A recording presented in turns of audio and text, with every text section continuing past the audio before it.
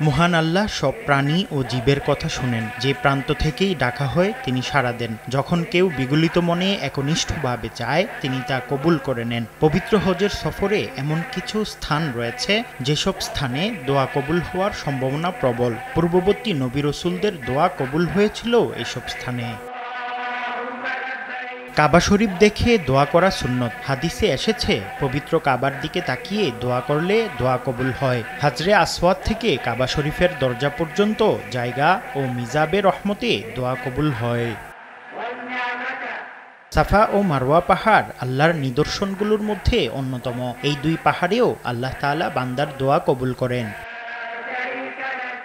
হযরত আদম আলাইহিসসালামের সঙ্গে হযরত হাওয়া আলাইহিসসালামের পুনর্মিলন হয় আরাফাত ময়দানে। এখানেই তাদের তওবা কবুল হয়। তাই এই জায়গায় করা হাজীদের দোয়াও আল্লাহ কবুল করেন। রাসূল সাল্লাল্লাহু আলাইহি ওয়াসাল্লাম মুজদালিফায় অবস্থানকালে বলেছেন, তোমরা আল্লাহকে ডাকো, তোমাদের দোয়া কবুলের কিছু স্থান আছে। তবে জেনে রেখো, মহান আল্লাহ যারা অন্তর থেকে দোয়া করেন না তাদের দোয়া কবুল করেন না।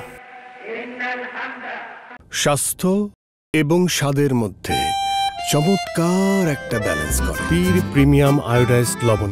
এছাড়াও হাজরে আসওয়াদ ও কাবা শরীফের দরজার মাঝের দেয়ালে বুক, দুই হাত ও কপাল লাগিয়ে দোয়া করলেও দোয়া কবুল হয়। মুফতি আব্দুল্লাহ তামিম, সময় সংবাদ।